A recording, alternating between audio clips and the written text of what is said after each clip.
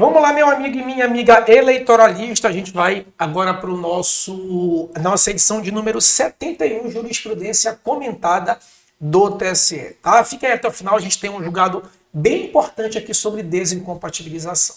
Vamos lá, primeiro, prova de alfabetização. A declaração de escolaridade tem a presunção relativa, podendo ser relativizada a prova de alfabetização diante da dúvida. Ou seja, eu apresentei, por exemplo, uma CNH ou um diploma de ensino médio ou ensino fundamental, se o juiz perceber que há ali uma eventual possibilidade de fraude, pode sim, nessa prova de escolaridade, pode ser transformada em prova de alfabetização. Né? A prova de escolaridade não tem uma presunção absoluta.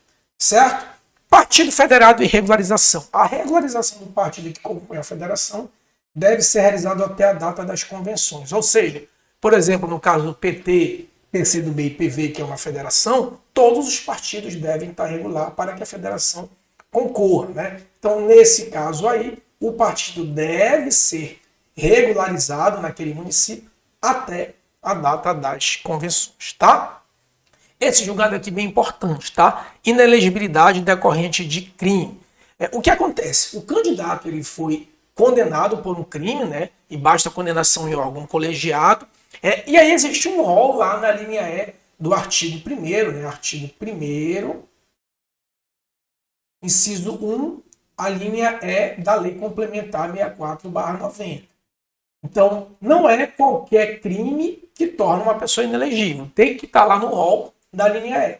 E o rol na linha E fala, por exemplo, crime contra a administração pública. Só que os crimes contra a administração pública, por exemplo, não estão só lá na rubrica do Código Penal. Eles estão, por exemplo, em leis esparsas. E o que o TSE entende? Que essa natureza de crime contra a administração pública não precisa estar necessariamente no Código Penal, tá? Pode estar em outras leis esparsas, tá? Impulsionamento de propaganda. Essa aqui também é um entendimento já bem consolidado do TSE. Qual é a diferença aqui? Que o TSE deixou bem claro que é proibido proibida não apenas a propaganda negativa, como também a crítica, né? Então, ou seja, havia ali uma tentativa de distinguir bem. Uma coisa é a propaganda negativa, dizer que determinado candidato é ladrão, determinado candidato é inapto para aquele cargo, né? Já a crítica não. A crítica quer dizer, olha, quando esse determinado candidato foi prefeito e não fez um trabalho legal na educação, isso é uma mera crítica, né? Se tentava fazer essa distinção. O TSE entende que para impulsionamento não pode nem a crítica, né, nem tampouco a propaganda negativa.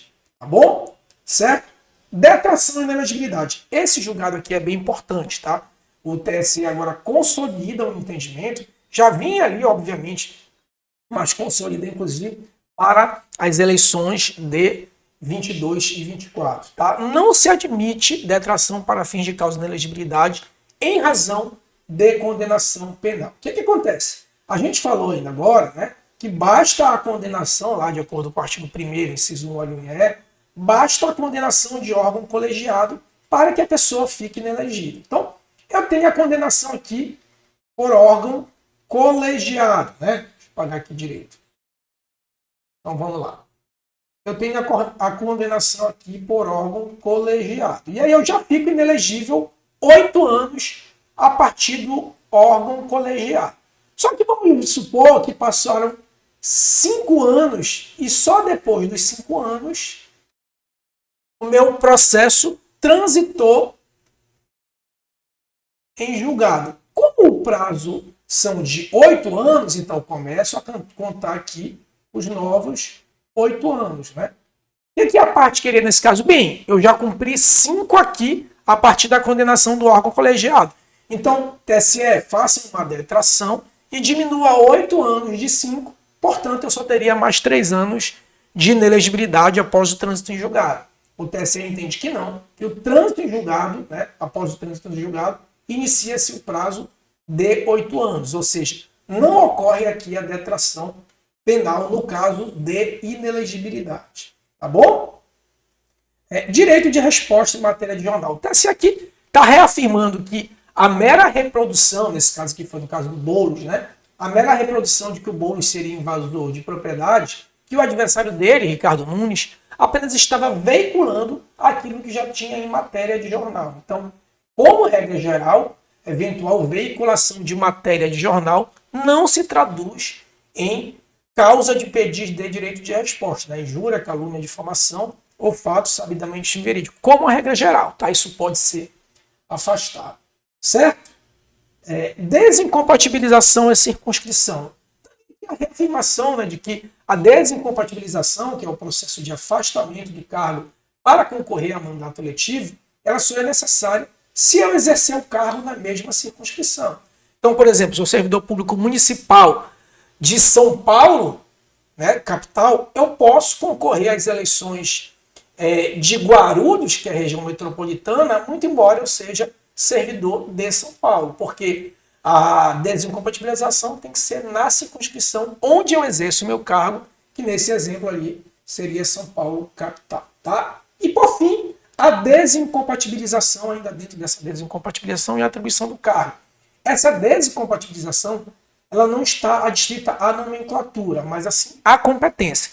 Por exemplo, alguns cargos que a gente chama de cargos especiais, eles vão variar conforme a sua atribuição. Por exemplo, secretário de Estado não é o prazo padrão de 3 meses. Isso vai variar, por exemplo, se ele for concorrer para prefeito, ele tem que desincompatibilizar 4 meses e para vereador 6 meses. Eu, por exemplo, posso ter um nome no município de diretor do Detran, diretor, superintendente de educação. O nome não tem o condão de desnaturar a atribuição de secretário. Então, muito embora ele receba o nome de superintendente, dirigente, ele tem uma atribuição, né? A natureza jurídica é de secretário, portanto, o prazo vai ser de secretário e não de dirigente ou de superintendente. Tá bom, meus amigos? Bem, esses foram os julgados aí da nossa edição de número 71. Já não esquece, por favor, de curtir, comentar e compartilhar. Tá? Isso é muito importante o canal. Se quiser entrar na nossa oficina de direito eleitoral para tirar dúvida em grupo de WhatsApp, aulas em vídeos, materiais escritos, só clicar no link aqui na descrição. Tá bom? Você também que estudei para concurso, a gente tem aulas específicas de direito eleitoral para concurso. O link também vai ficar aqui na descrição do vídeo, certo? Forte abraço e até a próxima.